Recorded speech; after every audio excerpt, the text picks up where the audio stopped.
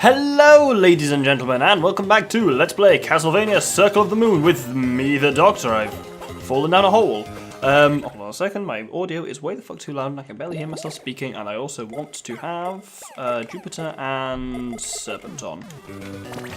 Just to keep these bastards away from me a little bit. So, we are in the Underground Gallery, and we are actually basically done with the Underground Gallery, because the boss of it is actually just up ahead. That's not the boss, that's the save point. Ow! God, I thought it should have frozen him in time, but it didn't.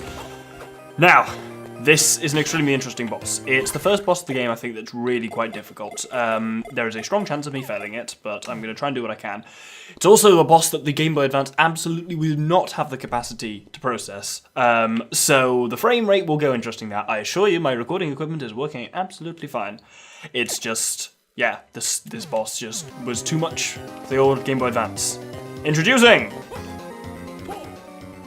the twin zombie dragons. So there's two of the fuckers and they're huge. And I'm going to be fucking with it by basically shoot projectiles. Oh, we're already getting some slowdown. I've got my own projectiles and so my recommendation for this is a decent place to be is not where I am right now because that really hurts. Hop between these two platforms basically. They technically can't really get you when you're up on the upper one, and you basically just need to hop between the upper and the lower. While use crucifixes, chuck them left and right, damage them both, and just generally while dodging around I've got Salamander and Jupiter on, as you can see, which does a fair bit of damage here. They slammed into the walls there and they caused rocks to drop from the ceiling. That's a pretty powerful one. But basically, yeah, it's all just about lodging crosses into them, and then if you can, dodge over the crucifix when it comes back, and it'll hit the other one, and you can, You're noticing the special attacks. The one on the left is capable of spitting flames, the one on the right spits a kind of lightning bolty thing. And yeah, it's a really odd boss, but it's pretty good fun, I like it, but it was always odd because of the whole frame rate issue here. And I'm already down to half health, which is not a good sign. If I have the first death of the Let's Play, I knew it was always going to be here. Maybe a Dremelic, because he's just a weird glass cannon of a boss. But the Dragon Zombies is where I start to lose my skill with this game, what skill I have. Actually, no, I don't even really particularly lose it, because I'm just as good on some of the later ones. It's just the Dragon Zombies I always found really tough. But they are a cool bit of design, I'll absolutely give them that. Right, we're getting into dangerous territory now. Dodge under that. Oh, that's getting into dangerous render territories.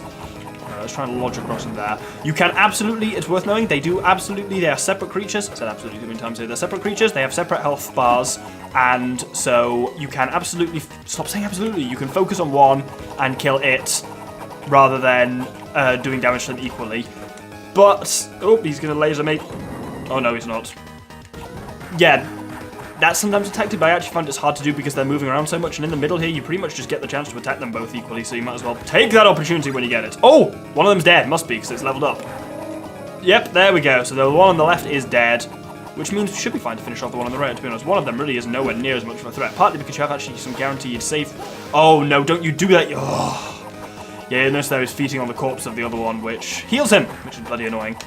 Gonna switch to an alternative tactic now. Time to go for Diana. No, Diana. Jupiter and Venus and Thunderbird. Got it there here. Basically, super powerful hit combo and just finish him manually myself. Stop doing things. Because now I'm being a lot more maneuverable because I don't have to worry about running into the other dragon, so it's much easier. This is very intense. Oh, that was cool as shit. Right, he slammed into the wall there, so he sent some shit coming off the ceiling. So I'm going to let my magic recharge a little bit until I got a good clear shot at him again. Because obviously this combo absolutely drains your magic. Excellent, he's dead. Whew. Yeah, they're huge, those things. So yeah, you can see what the GBA kind of struggles with. God, I thought I was in the game for the moment. I was like, oh yeah, the zombie dragons are dead and the police have come. No. Heavy Ring is our prize for this. Certain boxes can now be pushed. You'll have seen those boxes all around the place. So, what do we do for now with that? We need to head back to the kind of... Well, first things first, we have to go here. Oh, wow, I nearly ran out of hearts there. Crucifixes are super helpful during that boss battle, and I'm trying to remember to use crucifixes as much as possible just because I always forget to. And I've been gathering all these hearts upgrades, so crucifixes are essentially free attacks, so especially against bosses. Should really be using them as much as possible. Anyway, what we need to do here is... Why am I fighting these poison armors? We need to come through here, and there's a few little things we can get. Firstly, this room here. The ground is falling underneath me, but if I'm quick enough, yeah! Get the... Oh! I forgot about this. Excellent. Secret room. I think this is where I'm even supposed to be... going. Yes, I was trying to get through here. So, again, one of these kind of weird runny things, and if you get through it in time, then this is a very strange room. It's structured very oddly, but it's all just for a magic point upgrade, which is very nice. Right, what do we need to do? We need to go all the way back to the beginning of the... I need to call this the Invisible Galleries, I don't know why. The Underground Gallery, whoop. We need to go all the way back to the beginning of the Underground Gallery, because there's a few things we can get now. We've got this heavy ring. So, we're back in kind of this room which had this weird lift thing above our heads, and we're just going to go and gather a little thing. It's worth noting at this point, I've got a while because I know the next room we're going to is full of bastards, so it took me ages to get through it. Heavy ring. We can now push these things out of the way. Yeah, another just way of opening up areas around the castle. So yeah, whites and poison armors here, which are very annoying. Trick with poison armors is, yeah, let their shot go behind you, and just they actually don't really attack you if you stand up close to them, and then you've got just about enough time to finish them off before the poison gets to you, at which point you then hop behind them, or fail to do so in that case, and get poisoned. But yeah, it's worth noting, we're now going to start getting, because one or two popped up on the visualizer last episode, and I didn't have the chance to point them out because I didn't realise what I was looking at until I was already past editing. But basically, yes, some enemies now drop DSS cards, which are old DSS cards. Ooh, thank you, I need that antidote. Yeah, they'll drop DSS cards we already have. For example, imps that we see around here, they will unlock imps you can get the salamander card from, which is one of the first cards you get in the game if you somehow manage to get this far without getting it. Yeah, Death Mantis as well also unlocks, drops, I believe, the Cockatrice card. I think it is, it's one of those. But yeah, so there are multiple enemies that drop each card, and I usually just grind off whichever was the first enemy to drop a certain card. But yeah, I'll try and point this out on the visualizer where I can, but I won't be able to obviously do it in person because I don't know off the top of my head while I'm playing what everything drops. But those that I can remember I will of course draw attention to. Anyway, got Cheeky Hearts upgrade there. Now we need to head, because we're quite close to it, we need to head to the Chapel Tower. Now, through here is another kind of push thing, and it's got 2 new enemy zones, one of which is going to be important for us. So here is a Hippogriff. They're fairly weak, as in they die quite easily, but they can deal a lot of damage if you're not careful with them. They kind of spit out a wind thing, and their actual just making contact with them deals you a lot of damage, so you've got to be careful with them. And this here is an Archdemon. You will notice it's like a Beast Demon, except it's green, and instead of just doing one sweep of attacks, it does 2. So it sweeps one down there and then a second one up. Which means you can't just, if you stand here, you think you might be able to dodge it. Because you dodge the first one, but then part of the second bolt gets you. The way to dodge this guy in here is stay there, then hop up onto there and crouch. Why am I telling you this? Because if you look at the visualizer, you will see he drops a DSS card. So it's time for us to start grinding here. Make sure you kind of come in. We've got a health point, save station to the left there, all the way to the right even, for in case you need to heal during this process. So we're close enough to one, so grinding is relatively straightforward. I'm actually going to put my luck combo on in a second. I'm just taking out the stupid Hippogriff because he's annoying. But yes, so there's your tactic on this guy is Jupiter Mandragora. No, not Jupiter Mandragora. Venus Mandragora is hop up there, crouch, and then kill him one. Let's grind for a DSS card. Oh, that's a level up. You level up quite quickly off these guys because obviously they take a lot of beating, so between the Hippogriff and the Beast Demon, a lot of experience to be had. There we go, that is the Apollo card. Now, this one is a lot of fun, and it's... well, they vary. Some of the Apollo combinations are extremely useful, some are utterly awful. Apollo is the card of explosives, for want of a better word, basically. You'll see what I mean very shortly. We'll just kill the Thunder Armor, because through here is a nice place to test it out. So, Apollo combinations for a starter are really weird.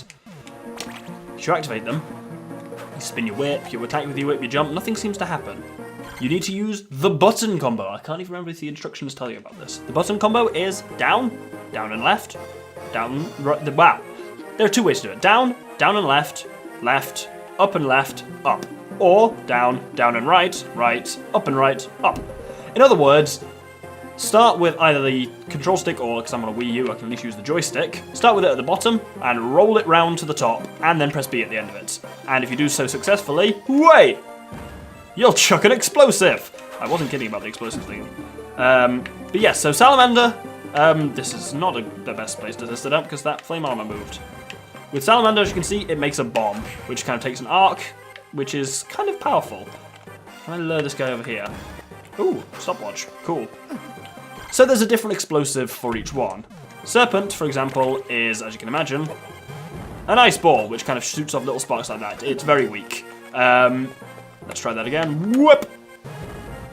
If you're having trouble doing the beam combo, try and exaggerate it. Like, make sure you start from crouching and bring it like all the way to the top. What usually happens is you just end up kind of like pressing left. But yeah, as you can see, this ice one isn't really doing a great deal. It's very weak, but does, of course, freeze enemies upon the end. Now we get onto the somewhat more interesting one. Mandragora is very powerful. Go over here. It shoots out a rose, which causes like thorn damage to everything it hits. So it hits and kind of keeps thorning them for a while. So as you can see, it takes out, it doesn't actually take that much magic, but it took out a flame armor in one hit, no problem, which is awesome. Well, 2 hits actually. But yeah, very handy. Here's a weird one next. Golem. It lies about what these are, but if we use it here, yeah, you just summon spikes from the ground. It claims they're stalactites. Those are definitely artificial, they're definitely spears. Cockatrice is a similar kind of thing that actually does a bit of a summon. If we use it on this dude here, it summons meteors to just come down and hit shit, which is extremely handy. While you're doing that as well, worth noting you are completely invincible, but the moment it stops, you are of course no longer invincible, which is a problem.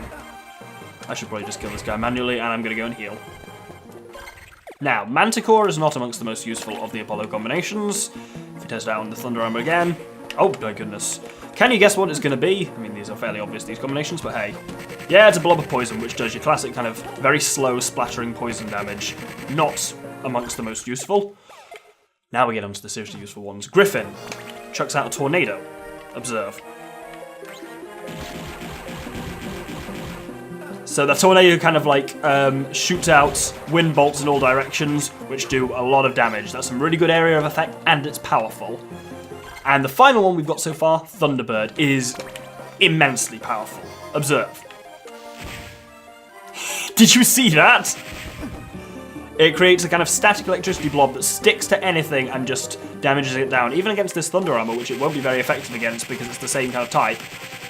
You can just see how much it does, and it just stays on there. Basically, each successive hit does half damage until it's eventually just doing 1 damage at a time. But it can be extremely powerful, and it's kind of early strokes of it. And just combined with just a normal whip, stupidly powerful. But as you can see, heavy on the old magic. Anyway, we're actually going to head a bit higher up the chapel tower now, where we've got a few more things to take care of. So, at the top of the second room here is a room we never came to, because, again, it's got another kind of heavy ring block blocking it. And at the end here is another new enemy. This is a succubus. Of course, the beast demon is not at all new. Not beast demon, archdemon, but we'll just let some crucifixes deal with him. The succubus is very annoying, as you can see. It's a kind of advanced form of a harpy that she just flies around and fires off those bolts at you. She doesn't fire as many as a harpy, but she's more mobile and fires more often. Not a great deal of health, though, so relatively easy to fight. Now, we're going to head to a warp room back to the Abyss Stairway. Now, I don't think we've actually shown this off yet, so if we come through here, recognise this from the opening cutscene? Nathan Graves, it's locked. So, that's where Dracula's currently doing his whole ritual thing, and if we hop down here, doesn't this seem awfully familiar, and haven't we come far since then? We're finally getting to the point of the game where I actually feel like I feel like we're actually getting powerful. Like, we've got a lot of DSS cards, we've got quite a lot of attack, and I feel like we actually have options when it comes to fighting stuff. We're not just powerless and just using whatever DSS we can to scrape by. I feel like there's actually a bit of, like, strategic interest to it. Also, watch this. Oh, fuck me, that was ruined my fun. Yeah, Speedrunner Shield, very handy here. Obviously, as you can tell, we are back down in the catacombs to gather some stuff. Because, hey, look, there's a pushy thing here that's weirdly not making a sound. But there's a new enemy through here as well. We have Fox Hunters, which are an evolved version of the Fox Archer. And, oh dear me, another Demon Lord. No, not Demon Lord, Archdemon. This room is a very good room potentially to also grind for the Apollo card on, because it doesn't have the Hippogriff, which is mildly annoying as the one in the Chapel Tower. And you know what, I probably should have done it here. But I didn't. I wanted to... the Chapel Tower's a nicer place to show off Apollo as well. But There's one more thing I want to quickly grab while we're down here. That's a lie, actually. There's nothing more I need to show off in the catacombs because there's nothing more to do. Let's head back up to the audience room. Aha! As you can see, the audience room was no longer the friendly place you might exactly remember. It's full of succubi now. Yes. Full of succubi, and a lot of other enemies have kind of moved into it now, which is mildly annoying. But we just kind of need to get through to a warp point, which is just kind of beyond here. And yeah, I'd like to take a little moment to kind of talk about some stuff, vaguely. Thanks to everyone, by the way, who commented in last episode about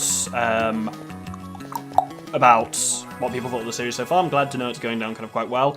And for me, I have warmed to this series a little now, since kind of that, and just as we've got on with the game a bit, I feel like it's kind of...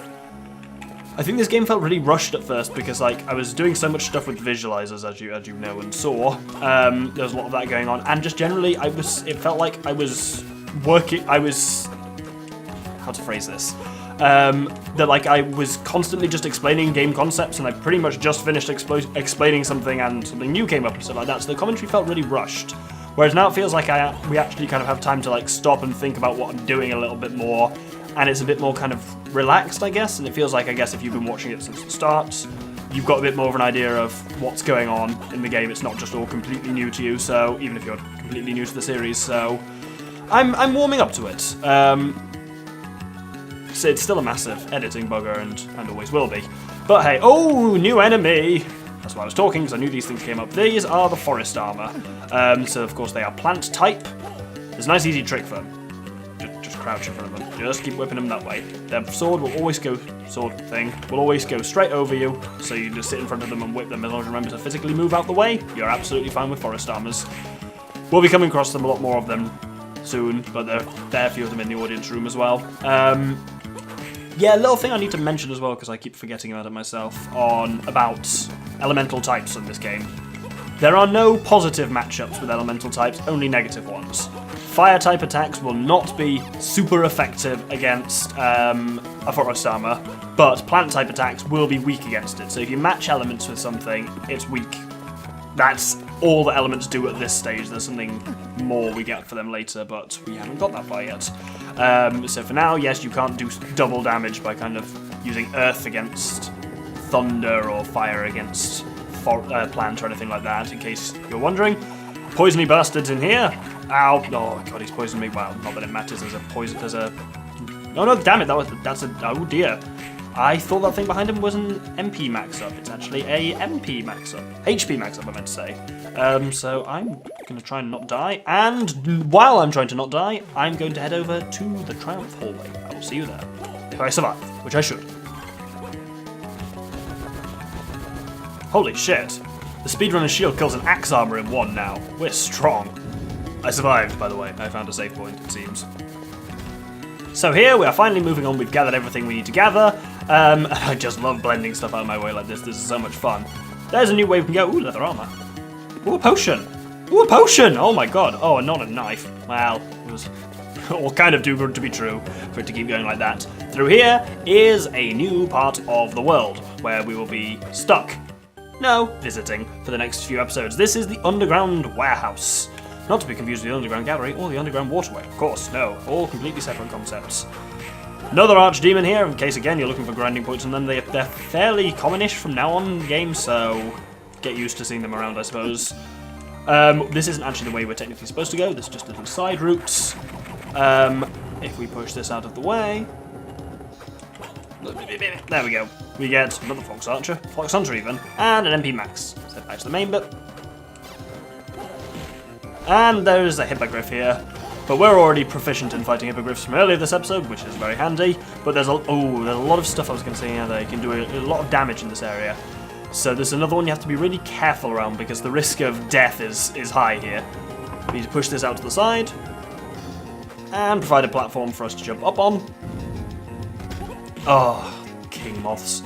As ever, poison can be especially brutal in here because there are very few save points in this area now, so you've got to be very careful, and poison can be a complete bugger with these king bastards dropping it everywhere. I'm aware that it's probably getting close to, if not considerably over 20 minutes now, so... Oh, that's a thunder armor. But we are nearly done for the episode. Actually, this is the room I intend to finish the episode in. Let's just get out of the way of that thunder thing. That's an axe. Lots of hearts. That's a heart, singular. New enemy coming up here. The poltergeist. It's furniture. They're not very powerful on their own, but they can menace you. And basically this room, I've had a lot of trouble in this room in the past. Because you have a combination of poltergeist and you have thunder armors chucking lightning bolts around. You have to do a lot of dodging around. And the poltergeist can just kind of hit you from a distance. A lot. And so can those thunderbolts. So, because yeah, I'll show you what the poltergeists actually do. They float around like that, and then one by one... Ow. Come on. One by one, there you go, the bits of furniture shoot across the room at you. And then, yeah, that thunderbolt came out of nowhere, so it's bloody annoying. I'm actually quite low on health. Let's just go through here and save and call the episode there before I kill myself. Thank you very much for watching. I've been the Doctor with the Infamous Gentleman. We defeated the twin zombie dragons, one of the cooler, if performance-intensive bosses in the game. Next episode, we'll be continuing down to the heart of the underground warehouse with our heavy ring. Thank you very much, and good day.